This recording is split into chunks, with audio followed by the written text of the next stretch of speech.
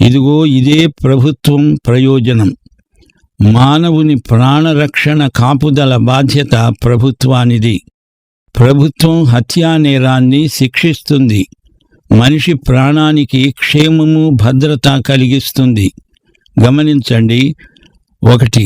ప్రభుత్వం మానవ జాతి మనుగడకు వృద్ధికి దోహదపడే శాసనాలు చట్టాలు చెయ్యాలి. 2. ప్రాణరక్షణకు హామీ ఇవ్వాలి. 3. పశు జంతు సముదాయముపై మానవునికి అధికారం యాజమాన్యం ఉంది. 4. రక్తముతో మాంసం తినకూడదు.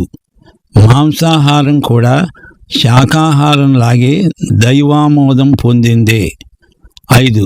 హత్య శిక్షార్హమైన నేరం. రాను రాను హంతకులను శిక్షించడంలో శాసనాలు అంత కఠినంగా అమలుకు రావటం లేదు.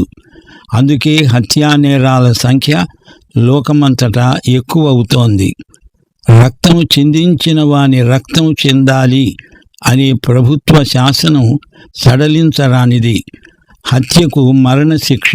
ఇది దేవుని తీర్పు. ఈ విధంగా దేవుడు మానవ ప్రాణానికి ప్రభుత్వాల ద్వారా భద్రత కల్పించాడు. ఈ రోజుల్లో మనిషి ప్రాణానికి క్షేమము భద్రత అంతగా ఉన్నట్లు కనిపించదు. ఎప్పుడేమి జరుగుతుందో ఎవరికీ తెలియదు. మానవుని హృదయంలో దైవభీతి, మానవతపై ప్రేమ ఉంటే చాలు, హత్యలు జరగవు.